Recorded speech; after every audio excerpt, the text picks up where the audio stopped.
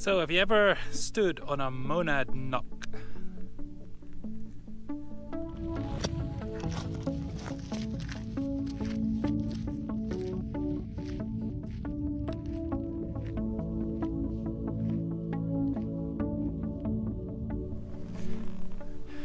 Well, good afternoon and welcome to Arabia Mountain. Now, Arabia Mountain is just east of Atlanta, not very far away at all. In fact, by the looks of this wonderful moonscape here, you'd have thought you'd be in a completely different part of the country or even of the world. But no, it's middle of Georgia and it's a fantastic place. Now, what am I doing here today? Well, these, I'm not sure if you can see here, but there's little red flowers that come out at this time of year. Actually, red plants, I should say that, because it's actually the succulent plant, which is the red color.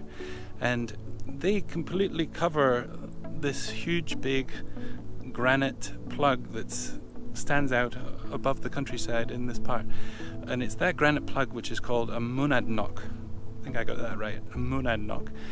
And in the little pockets where some of the water and other nutrients sort of gather, then these plants are able to survive.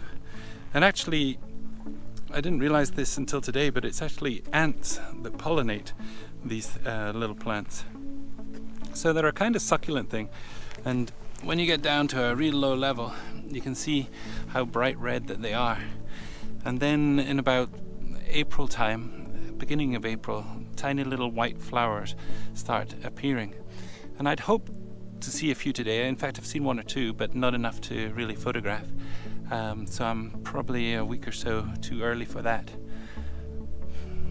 But the real reason I came here today was, and the reason why it brought me down here on my annual pilgrimage a little early, was because we actually have a full moon here tonight. And I thought that would be really interesting to see if I can find some sort of a landscape image that either used the moon, the full moon in the background, because the sun will not be set when the moon first comes up. I think we've got about a 10-minute window or something. But alternatively, once the moon does come up, it's got that wonderful light that it shines as well. So I'm going to have a hunt around for some compositions and we'll see where we go. Now, before I really get started on looking for a composition, the one thing that I must determine is where the sun is going to set and where the moon is going to rise. And in order to do that, well, I know for sure that the sun is going to be setting. We can see it coming down, so it's going to be setting almost due to the west. And I did check on the photographer's ephemeris, and it would seem that the moon is going to set almost directly opposite, moon is going to rise almost directly opposite where the sun is setting, and that the degree that that's going to happen at is about 84 degrees. So I brought my little compass around, and way off in the distance there's a water tower on the horizon, and I've just checked, and it would seem that almost exactly there is where the moon is going to come up. So I've got to remember that when I'm orientating my composition. So I found this little composition here which I really do quite like. I've gone ahead and taken it now because I'm a bit worried that when the sun goes down it's going to go behind a bush that's behind the camera here, and that's going to cast a shadow right across the scene.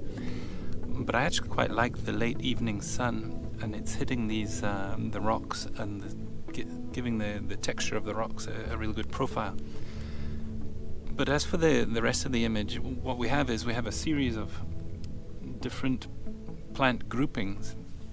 We got mostly white here, white with the red Diamorpha here, and I think those are yellow daisies there, and then it goes on, continues on down.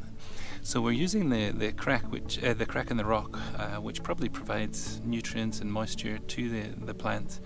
We're using that as a diagonal line through the scene. So yeah, I really do quite like it. Now, it might work later on as well after the sun has gone down, when the light's really soft. I have to check it out again. But at the moment I'm still looking around for my shot with the moon and the moonlight, so keep looking.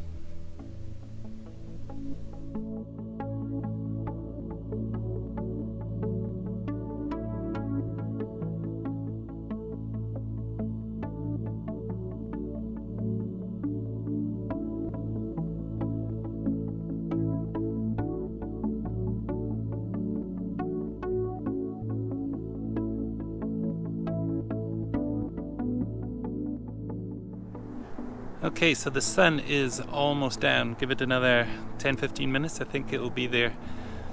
And I haven't done very well, I'm afraid, with my composition hunting. I think I was trying to get too much into the composition to get a decent foreground with the Diamorpha, hopefully, with the granite rock and the moon.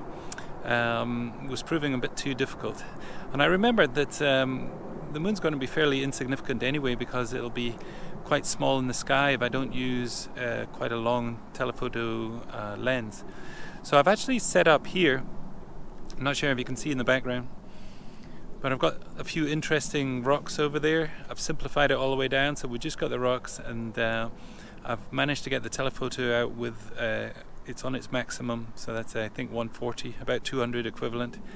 The moon still won't be huge, and it might just come up in the wrong position. It's not quite the right angle, but at least we gave it a shot.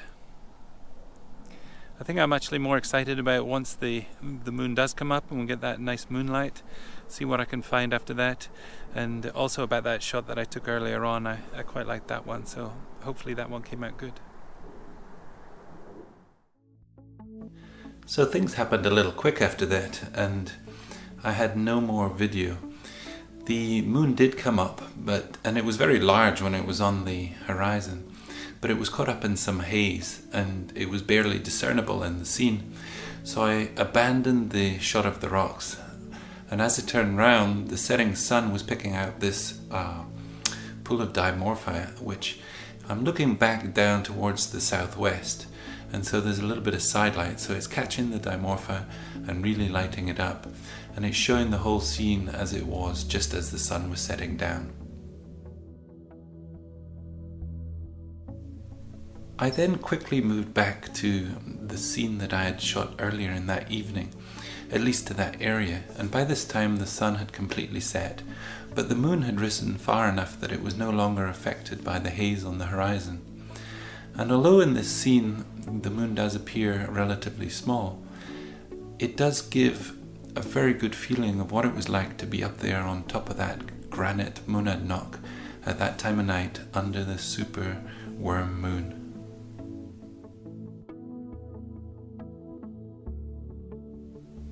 For my next image, I put the telephoto lens on the camera, and by this time we'd moved well into the blue hour, but I got really down very, very low, and I managed to pick out these golden coloured yellow daisies with the telephoto lens almost on maximum, so that I'm really making sure that the moon is as big as I can possibly get it in the sky. But I really like the colour contrast in this image between the lilac coloured blue hour sky and these golden yellow daisies. And although the telephoto lens at that distance meant that the depth of field was impossibly small, I still like the overall effect. The next image I almost stumbled across as it was down at my feet, as it were, and what we can see here is, or at least what attracted my attention, was the Diamorpha in this small crack in the rock. And so I set up the composition so that the Diamorpha and the crack meander through at a diagonal through the frame. And then in addition to that, you have the orange-brown rock on the top left and some blue-white sort of lichen down on the rock on the bottom right. So I like this sort of intimate feel to this image. And of course by now we're totally being lit by the moon. So I think the overall exposure length on this one was nearly 4 minutes. My final image was the retake of the earlier composition that I had liked so much. But of course we no longer have the setting sun picking up the texture on the rocks. But instead we have this absolutely beautiful light that the moon is shining down, and it's allowing each of the individual colors of the rocks and the lichen and the plants all to show themselves without any kind of contrast or harshness at all. And I just love the subtle colors that it produces, and it really will remind me for a long time to come just how wonderful it was to be up there on that rock under the moonlight at that time of year. Very nice indeed. So that is all for me for today. Thank you again for joining me on this journey. I've certainly enjoyed the adventure. If you have not subscribed as yet and you're enjoying the content of these videos, that would be wonderful. Or if you know somebody who you feel might enjoy the content, then please feel free to share. Otherwise, I will see you next week. So goodbye for today. Bye for now.